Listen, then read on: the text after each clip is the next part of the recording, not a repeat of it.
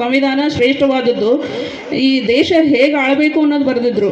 ನಾವು ಅವರ ಹಾದಿಯಲ್ಲಿ ಹೋದರೆ ನಮ್ಮ ನಿಜ ಜೀವನದಲ್ಲಿ ಅಳವಡಿಸ್ಕೊಂಡು ನಮ್ಮ ಡೈಲಿ ರುಟೀನ್ ಲೈಫ್ ಲೀಡ್ ಮಾಡಿದರೆ ನಾವು ಎಷ್ಟು ನಮ್ಮ ಕಂಪನಿ ಏಳಿಗೆ ಮಾಡಬಹುದು ಅಂತ ನಾವು ವಿಚಾರ ಮಾಡಬೇಕು. ಇವತ್ತು ನಾವು ಈ ಇಷ್ಟೊಂದು ವಿಜೃಂಭಣೆಯಿಂದ ಆಚರಣೆ ಮಾಡ್ತಾ ಇದ್ದೀವಿ. ಇದರ ಹೊರತಾಗಿ ನಾವು ಇದಂತೂ ನಾವು ಮಾಡಲೇಬೇಕು. ಆದರೆ ನಾವು ನಿಜ ಜೀವನದಲ್ಲಿ ಅವರು ಹಾಕಿಕೊಟ್ಟ ಗೆರೆಗಳನ್ನು ದಾಟದೆ ಅನುಸರಿಸ್ಕೊಂಡು ಹೋದರೆ ಇವತ್ತು ನಾವು ನಮ್ಮ ಕಂಪ್ನಿ ಉಳಿಸ್ಕೋಬೋದು.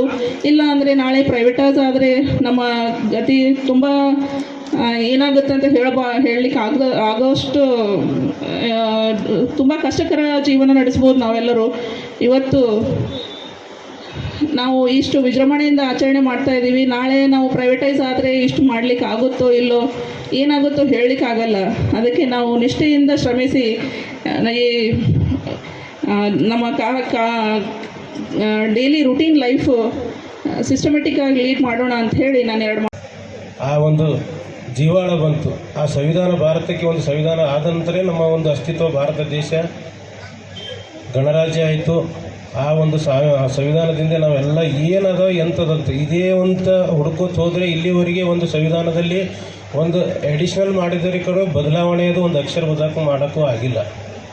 ಅವ್ರು ಬರೀ ಸಂವಿಧಾನ ಆದರೂ ಬರ್ತಾ ಒಂದು ಸಮುದಾಯಕ್ಕೆ ಸೀಮಿತ ಆದರೂ ಆಗಿಲ್ಲ. ಈ ಸೌರಶಕ್ತಿ ಆಗಿರ್ಬೋದು, ಈ ನದಿ ಜೋಡಣೆ ಆಗಿರ್ಬೋದು, ಎಂತಿಂಥ ಒಂದು ಬಾಕ್ರ ನಂಗಲ್ ಅಣೆಕಟ್ಟಾಗಿದೆ, ಹೀರಾಕೋಡ್ ಅಣೆಕಟ್ಟಾಗಿದೆ, ಅಂಥ ಒಂದು ನದಿ ಜೋಡಣೆ ಕಾರ್ಯಕ್ರಮ, ವಿದ್ಯುತ್ ಶಕ್ತಿ ಆಗಿ ಇಂಥ ಒಂದು ಬ್ಲೂ ಪ್ರಿಂಟ್ 100 1 2 ಅಂತ ಹೇಳ್ತಾ ಇಲ್ಲ. ಸನ್ಮಾನ್ಯ ಬಾಬಾ ಸಾಹೇಬ್ರೊಂದು ಅವರು ದೈವಾಧೀನ ಆದಾಗ 193 ರಾಷ್ಟ್ರದಲ್ಲಿ ಅವರಿಗೆ ಗೌರವ ಸೂಚಕವಾಗಿ ಒಂದು ಧ್ವಜವನ್ನು ಅರ್ಧಕ್ಕೆ ಇದು ಮಾಡಿದ್ರು. ಅಂಥ ಮೇಧಾವಿಯವರ ಬಗ್ಗೆ ಮಾತಾಡೋಕ್ಕೆ ನಮ್ಮ ಹತ್ರ ಇಲ್ಲ.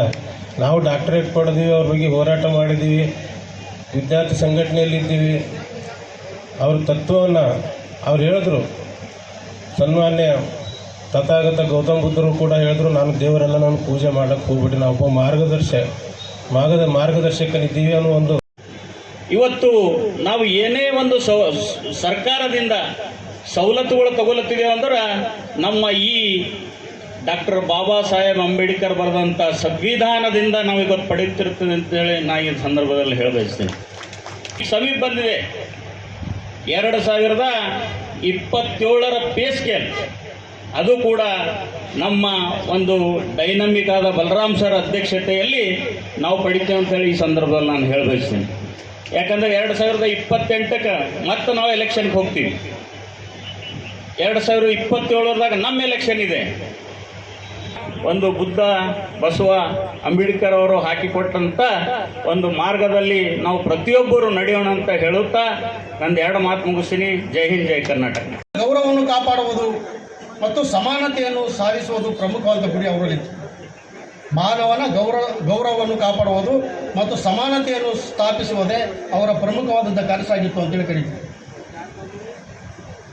ಒಂದೇ ಒಂದು ಉದಾಹರಣೆ,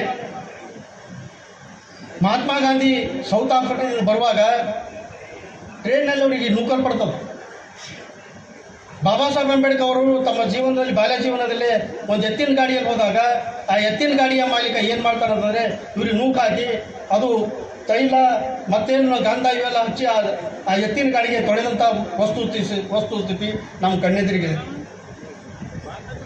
ಅಷ್ಟೇ ಅಲ್ಲ, ಅವರ ಇತ್ತೀಚಿನ ದಿನಗಳಲ್ಲಿ ಅವರ ಜೀವನ ಚರಿತ್ರೆ ಬಗ್ಗೆ ಒಂದು ಸೀರಿಯಲ್ ಸಹಿತ ನೋಡಿದ್ರು, ಅಥವಾ ನೀವು ಇತಿಹಾಸದ ಪುಟಗಳನ್ನು ಸಹಿತ ನೋಡಿದ್ರಿ, ಅವ್ರು ಕಂಡಂಥ ಕಷ್ಟಗಳು ಏನು ಅನ್ನೋದ್ರ ಬಗ್ಗೆ.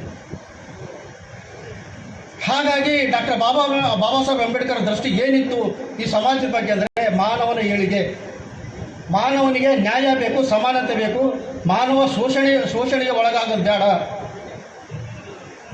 ಅವನಿಗೆ ಸಾಮಾಜಿಕ ಸಮಾನತೆಗೆ ಸಿಗಬೇಕೆನ್ನುವುದೇ ಅವರ ಪ್ರಮುಖ ಉದ್ದೇಶ ಇತ್ತು. ಜೀವನದಲ್ಲಿ ಯಾವತ್ತೂ ನಮಗೆ ಮರಿಲಕ್ಕಾಗುವುದಿಲ್ಲ. ಈಗ ಸಂವಿಧಾನ ಶಿಲ್ಪಿ ಬಾಬಾ ಸಾಹೇಬ್ ಅಂಬೇಡ್ಕರ್ ಅಂತ ನಾವು ಹೇಳ್ತೀವಿ.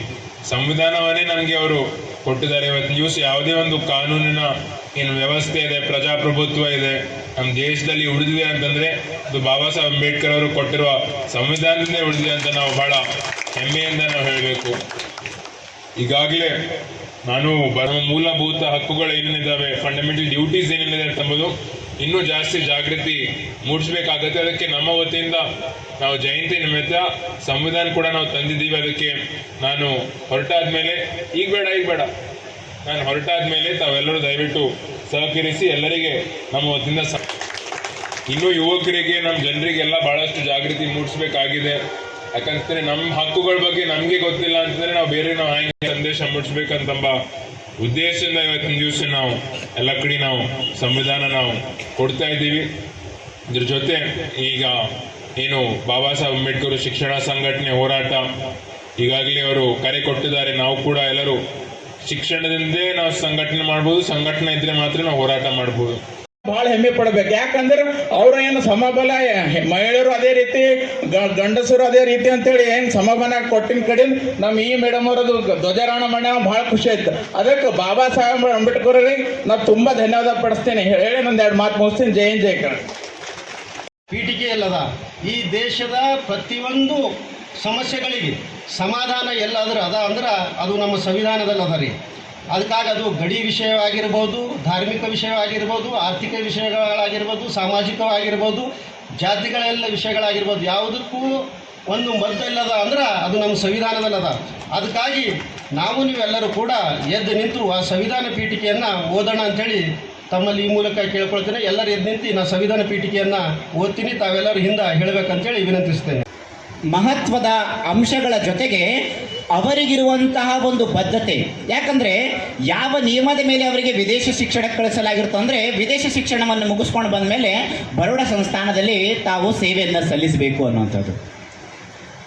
ಬಾಬಾ ಸಾಹೇಬರು ವಿದೇಶ ಶಿಕ್ಷಣಕ್ಕೆ ಹೋಗಿ ಅಲ್ಲಿ ಕಲಿಬೇಕಾದಂಥದ್ದು ಇನ್ನೂ ಇರುತ್ತೆ. ಆದರೂ ಕೂಡ ಆ ಶಿಷ್ಯ ವೇತನದ ಅವಧಿ ಮುಗಿದ ಮೇಲೆ ತಾನು ತನ್ನ ಶಿಷ್ಯ ವೇತನ ನೀಡಿದಂಥ ರಾಜರ ಆಸ್ಥಾನದಲ್ಲಿ ದುಡಿಬೇಕು ಅನ್ನೋ ಕಾರಣಕ್ಕೆ ತಮ್ಮ ಶಿಕ್ಷಣ ಇನ್ನೂ 1 ವರ್ಷ ಮಾಡಬೇಕಂತಿರುತ್ತೆ. ಆದರೂ ಕೂಡ ವಾಪಸ್ ಬಂದುಬಿಡ್ತಾರೆ.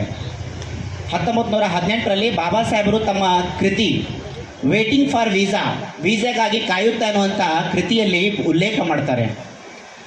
ತಾನು ತನಗೆ ಸಹಾಯ ಮಾಡಿದವರ ಒಂದು ಋಣವನ್ನು ತೀರಿಸುವಂಥ ಉದ್ದೇಶದಿಂದ ಬರೋಡ ಸಂಸ್ಥಾನಕ್ಕೆ ಕೆಲಸ ಮಾಡಲು ಅಕೌಂಟೆಂಟ್ ಸೆಕ್ಷನ್ನಲ್ಲಿ ಅವ್ರಿಗೆ ಹುದ್ದೆ ದೊರೆಯುತ್ತೆ. ವಾಪಸ್ ಬರಬೇಕಾದ್ರೆ ಅವರು ಕೇವಲ 11 ದಿನಗಳು ಮಾತ್ರ ಆ ಬರೋಡ ಸಂಸ್ಥಾನದಲ್ಲಿ ಇರ್ತಾರೆ. ಆ 11 ದಿನಗಳ ಒಂದು ಕಷ್ಟ ಯಾತನೆಯನ್ನು ಅವ್ರು ಹೇಳ್ತಾರೆ. ಬದುಕಬೇಕಾದ್ರೆ, ಬಾಳಬೇಕಾದ್ರೆ, ಜೀವಿಸಬೇಕಾದ್ರೆ ಅನ್ನವನ್ನು ಅವಶ್ಯ ಬೇಕು.